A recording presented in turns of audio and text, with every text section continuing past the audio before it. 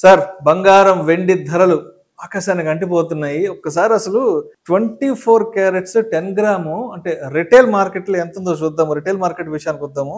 Almost 1,03,000 రూపాయలు ఉంది sir పైన చిలుకు. 1,03,000 రూపాయలు పైన ఉంది. ఏది 24 క్యారెట్లు 10 గ్రాముల గురించి మాట్లాడుకుంటున్నాము. అవును.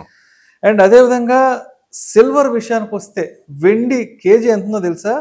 1,18,700. సిల్వర్ 1 గ్రామ్ రిటైల్ 1 గ్రామ్ విషయానికి వస్తే 122 రూపాయలు ఉంది సార్.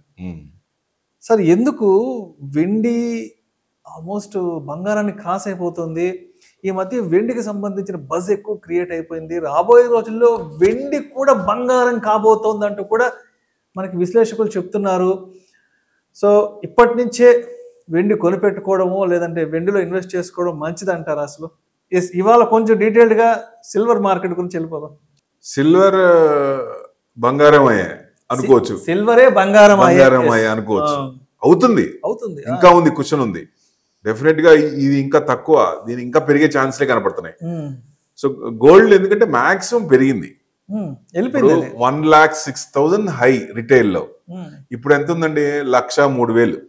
సో ఇప్పుడు ఈ ట్రెమర్స్ ఇవన్నీ ఉన్నాయి కాబట్టి, జియో పొలిటికల్ టెన్షన్స్ ఉంది కాబట్టి, ఇంకా ఏదైనా న్యూస్ ఏదైనా వచ్చినా నెగిటివ్ కొంచెం వచ్చినా మళ్ళీ హై 1,06,000 వరకు వెళ్లే ఛాన్సులు ఉన్నాయా అంటే అక్కడ దాకా వెళ్లే ఛాన్సులు ఉన్నాయి. అంతకు మించి పెరగకపోవచ్చు. అంటే కొంచెం పెరిగి మళ్ళీ కొంచెం తగ్గే అవకాశాలు, అక్కడ ప్రాఫిట్ బుకింగ్ వచ్చే అవకాశాలు ఉన్నాయి. సో గోల్డ్ అంతకంటే రాకపోవచ్చు. ఎందుకంటే సిల్వర్ మటుకు ప్రాఫిట్ బుకింగ్ తక్కువ వస్తుంది, అంటే అక్రూయింగ్ ఎక్కువైంది. మ్యూచువల్ ఫండ్స్ లో కూడా విపరీతంగా కొంటున్నారు. ఈవెన్ చైనా కూడా అసలు అంతకుముందు సిల్వర్ ఈటీఎఫ్ లో మ్యూచువల్ ఫండ్స్ కి అసలు పర్మిషనే లేదు. ఫస్ట్ 1% ఇచ్చారు, ఇప్పుడు 3 to 5% గవర్నమెంట్ శాంక్షన్ చేసింది. You can invest in silver ETF అని. అందుకే వాళ్ళు ఎక్కువ బాగా కొన్నారు. మొత్తం 3,000 మెట్రిక్ టన్స్ గోల్డ్ చైనా ఎక్కువ చేసింది.